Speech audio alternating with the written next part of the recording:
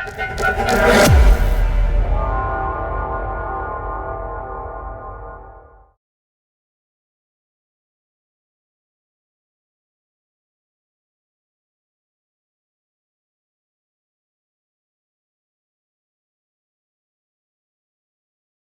Everyone, ये question है, ठीक है। देखने में तो बड़ा आसान सा लग रहा है, बड़ा आसान सा है भी। अब मैं इस क्वेश्चन को थोड़ा डिफाइन करता हूँ। एक R1 सर्कल है, एक R2 सर्कल है, R2 रेडियस का और R1 रेडियस का। और इस सर्कल को मैं इस पे से रोटेट करता हूँ ओमेगा से, और ये रेस्ट पे है और इस पे रोटेट होता है और ये पॉइंट मान लेते हैं, let's say this is point C। सो मैं आपसे पूछता हूँ कि ये जो सर्कल है कितने रोटेशंस या कितनी बार घूमेगा जब मैं इसको यहां से लेके पूरा इसके सर्कल पे लेके इस पॉइंट पे फिर से लेके आऊंगा। सो ऑप्शंस लिखते हैं। पहला ऑप्शन जो है लेट्स से 3, दूसरा ऑप्शन है 3/2, तीसरा ऑप्शन है अपने पास लेट्स से 4 एंड चौथा ऑप्शन है अपने पास लेट्स से 5।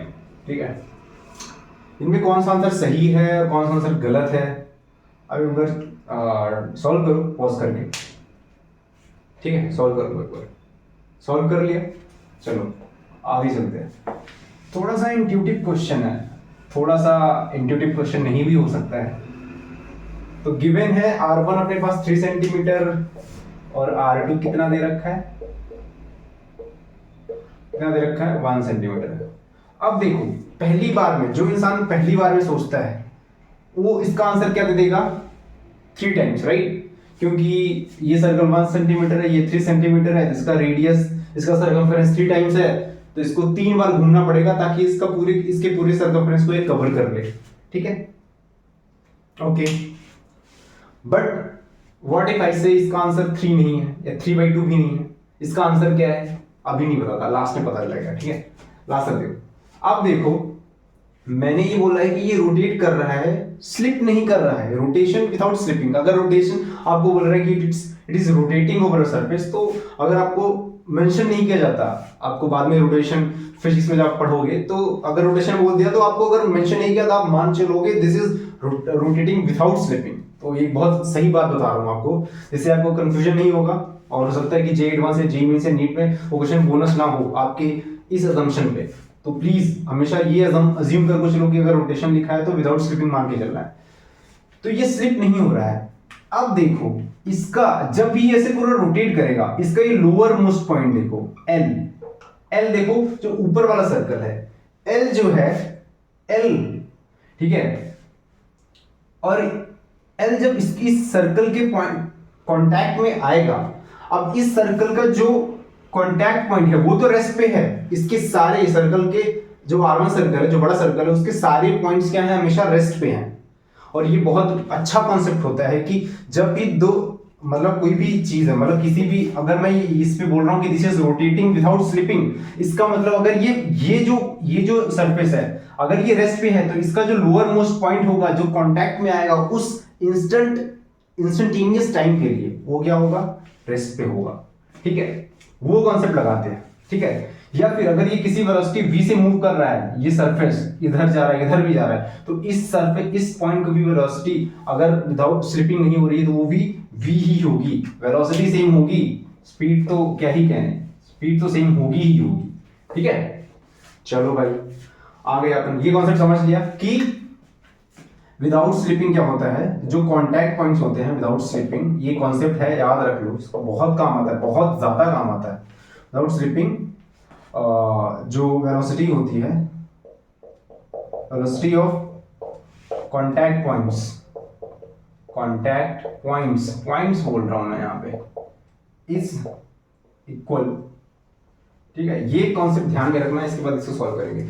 अब मैं सिर्फ इस छोटे वाले सर्कल पे आता हूँ, थोड़ा मैथमेटिकल में और फिजिक्स दोनों को कंबाइन करके इसको निकालते हैं, क्योंकि इंट्यूशन से आपको तभी समझ आएगा जब एक बार, अब इंट्यूशन की बाद में बात करते हैं, ठीक है, अभी इसकी बात करते हैं।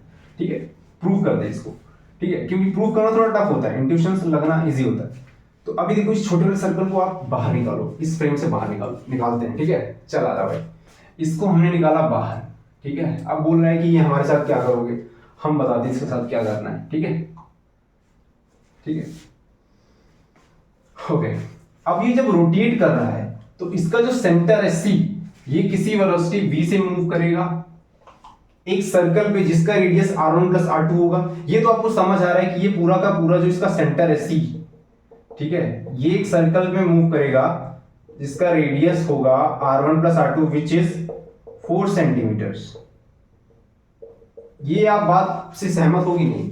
ये जो सेंटर है, ये जैसे आप रोटेट करोगे इसको ऐसे ऐसे ऐसे, तो ये पूरे टाइम इस ये जो r1 प्लस r2 वाला सर्कल है इसी पे रहेगा, ठीक है। और मान लेते हैं कि इसकी वेलोसिटी कुछ कांस्टेंट v है, ठीक है। अपन आराम से प्यार से आहिस्ते से इसको रोटेट कर रहे हैं विदाउट स्लिपिंग, ठीक है। अब ये ओमेगा से ऐसे घूम रहा है, ये r1 है, दिस इज r1। अब देखो इस पॉइंट की वेलोसिटी क्या होगी, एक तो v इधर जो सेंटर वाली मिलेगी इसको, और एक ओमेगा इंटू आर इधर मिलेगी, omega into r1 r2 to be precise. अब देखो ये पॉइंट मैं बोल रहा हूँ रेस्ट पे है, इसका मतलब v और ओमेगा इंटू r2 एक दूसरे को कैंसिल करने चाहिए, मतलब v equal to omega into r2। ये अपने पास आ गई पहली इक्वेशन, ये ध्यान रहे अपना, v is equal to omega into r2। अब देखो ये जो सेंटर है, सेंटर कितनी डिस्टेंस ट्रेवल कर रहा है। सबसे पहले देखो सेंटर बड़ा अपना अच्छा बंदा है, ठीक है, वो कुछ घूम नहीं रहा, वो सिर्फ ऐसे सर्कल पे जा रहा है आराम से। तो सेंटर कितना डिस्टेंस ट्रेवल कर रहा है इस पूरे टाइम में वो निकाल सकते हैं। तो distance travel by circle centre, D centre क्या हो जाएगा अपने पास 2 pi into r1 plus r2। r1 क्योंकि r1 प्लस r2 के सर्कल में ट्रेवल कर रहा है, r1 प्लस r2 कितना होगा 3 centimetre plus 1 centimetre, this is 4 centimetres. So ये अपने पास हो जाएगा 8 पाई सेंटीमीटर्स। ये दिमाग में रखना, डी सेंटर 8 पाई सेंटीमीटर्स। मान लेते हैं उसको टाइम t लगता है, t, तो t इक्वल टू कितना हो जाएगा, t equal to distance travelled upon velocity which is v। Centre की वेलोसिटी v कांस्टेंट है क्योंकि वो रोटेट नहीं कर रहा, सिर्फ v से जा रहा है, ठीक है। तो 8 पाई अपॉन v, ये आ गया अपने पास क्या टाइम टेकन। टाइम टेकन का कॉन्टेक्स्ट, टाइम टेकन से अपन को मतलब नहीं है कितना टाइम लगता है, वो तो अपन डिसाइड करेंगे कितना स्लो करना है, बट ये इक्वेशन में 8 पाई अपॉन v याद रखना, ठीक है। इसको देख लो एक बार, नोट कर लो, मैं इसको हटाता हूं, ठीक है। अब अपन आते हैं थोड़ा और अंदर घुसते इसके। देखो हर चीज को ना अलग से करके निकालो और फिर इसके थोड़ा अंदर घुसो। अंदर घुसते मतलब जब ऐसा जाओगे ना तब आपको फील आएगा। अब देखो ये जो पॉइंट ओमेगा मैंने डिफाइन किया, अब देखो नंबर ऑफ रिवोल्यूशंस क्या हो जाएंगे, सब नंबर ऑफ रिवोल्यूशंस n जो हो जाएंगे वो हो जाएंगे ओमेगा इंटू टी अपॉन 2 पाई। ये क्या लिख रहे हो सर, ये क्या है, देखो नंबर ऑफ रिवोल्यूशंस क्या होंगे, देखो ओमेगा इंटू टी जो हो जाएगा वो टोटल एंगल हो जाएगा, कितना एंगल घूमा, और एक रोटेशन में घूमता है 2 पाई, तो यूनिटरी मेथड लगा दिया। तो एक रोटेशन में 2 पाई घूमता है, total angle omega into T घुमा है, तो number of revolutions, number of जो रोटेशंस हो जाएंगे इसके क्या हो जाएंगे ओमेगा इंटू टी अपॉन 2 पाई। मान लेते हैं कि अगर 4 पाई एंगल घूमता है तो टोटल रोटेशंस का कितना हो जाएगा 2 पाई अपॉन 4 पाई अपॉन 2 पाई, तो दो रोटेशन में 4 पाई एंगल घूमेगा, तो वैसा, ठीक है। और ओमेगा से घूम रहा है टाइम टी के लिए, टी अपन ने कैलकुलेट कर लिया है, टी बताओ क्या भाई, ओमेगा की वैल्यू रखो, ओमेगा रखोगे अपन v अपॉन r2, तो v upon r2 is what 1 centimetre, तो v हो जाएगा इनटू t कितना है मेरे पास 8 पाई अपॉन v इनटू 2 पाई। देखो आंसर देखो क्या आ रहा है, बड़ा सही सा आंसर आ रहा है। n क्या आ रहा है अपने पास 4, जादू जैसा लग रहा है ना, मतलब ये 3 ना करके 4 रोटेशंस करेगा, मतलब 4 बार ये घूमेगा, ऐसा 4 बार घूमेगा। एक अब मैं बता देता हूं आपको कहां घूमेगा, पहली बार इसका रोटेशन यहां कंप्लीट होगा, दूसरी बार यहां कंप्लीट होगा, तीसरी बार यहां कंप्लीट होगा और चौथी बार यहां कंप्लीट होगा। आप करके देख लेना, आप एक काम करना, आप एक कार्डबोर्ड लेना, ठीक है, रेक्टेंगुलर कार्डबोर्ड लेना, उस पर 3 सेंटीमीटर का या 6 सेंटीमीटर का, 3 सेंटीमीटर बना सकते हो, 3 सेंटीमीटर का एक सर्कल बनाना, एक 1 सेंटीमीटर का सर्कल बनाना, और फिर सर्कल को धीरे धीरे उस पर रोटेट करना, और उस पर एक एरो मार्क कर लेना ताकि आपको पता लगे कि वो पूरा रोटेट कब कर गया है। एक एरो मार्क कर देना तो ये एरो फिर से ऐसी ही हो जाएगी, ठीक है। तो ऐसे करना आप पूरा आराम से धीरे करना, देखो 4 बार रोटेट करेगा वो, और पहला रोटेशन उसका यहाँ कंप्लीट होगा 90 डिग्री पे, फिर यहाँ और फिर यहाँ, करके देखो आराम से। ये बहुत अच्छा क्वेश्चन था, ये एक्चुअली सैट एग्जाम में आया था, और इसको लगभग 3 लाख प्लस कुछ स्टूडेंट्स ने दिया था, और केवल 2 या 3 स्टूडेंट्स ने इसको क्या किया था कि पहले फिर उन्होंने मेल लिखा, जो भी जिन्होंने भी टेस्ट कंडक्ट कराया था कि भाई ये क्वेश्चन गलत है, क्योंकि उसमें ना 4 वाला ऑप्शन था ही नहीं उसमें ऑप्शन। मतलब नंबर ऑफ रोटेशंस 4 मैंने अभी आपको तो दे दिया, उसमें था ही नहीं वो ऑप्शन। मतलब जो अथॉरिटीज थी जिन्होंने सालों से पढ़ाया वो भी इसमें गलती कर गए और फिर बाद में उन्होंने ये गलती मानी। सो ये क्वेश्चन है, क्यों इसको रोटेशनल पैराडॉक्स भी कहते हैं, क्योंकि ऐसा लगता है बड़े इंट्यूशन के साथ और ऐसा बहुत सरप्राइजिंग लगता है कि यार 3 बार ही घूमेगा, 4 बार कैसे घूम रहा था, 4 बार घूमेगा और ये करके देखना। बड़ा छोटा सा एग्जांपल देता हूँ, ठीक है, बहुत छोटा सा एग्जांपल देता हूँ। आप कार्डबोर्ड की जरूरत ही नहीं पड़ेगी आपको, ठीक है, कार्डबोर्ड की जरूरत ही नहीं पड़ेगी।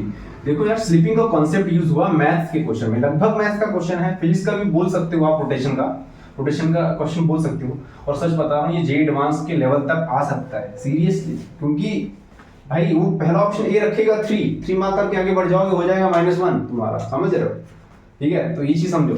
अब देखो पहले क्या करते हैं, अपन बात करते हैं, आप क्या करना, 1 रुपए का, 1 रुपए है आपके पास, इतने गरीब तो नहीं हो यार, ठीक है।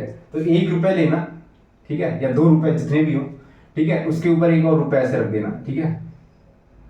और फिर यहाँ तो कोई बना होता है ना, कोई जमन लगा, फिर इसको ऐसे रोटेट करना, देखना इसके नंबर ऑफ रोटेशंस आप बताना, ठीक है। इसके नंबर ऑफ रोटेशंस जो आएंगे, नंबर ऑफ रोटेशंस जो आएंगे वो आएंगे कितने, इक्वल टू 2 रोटेशन करेगा ये। मतलब इन दोनों का रेडियस सेम है, r है, ठीक है। मतलब आपके हिसाब से तो एक ही रोटेशन करना चाहिए यहां से स्टार्टिंग पॉइंट पे आने के, बट करता 2 है। इसका मतलब आप कुछ समझ रहा है, कुछ समझ रहा है, एक जनरल सॉल्यूशन निकाल सकते हैं अपन। मतलब नंबर ऑफ रोटेशंस या रिवोल्यूशन जो भी आप डिफाइन करो, number of rotations n would be what,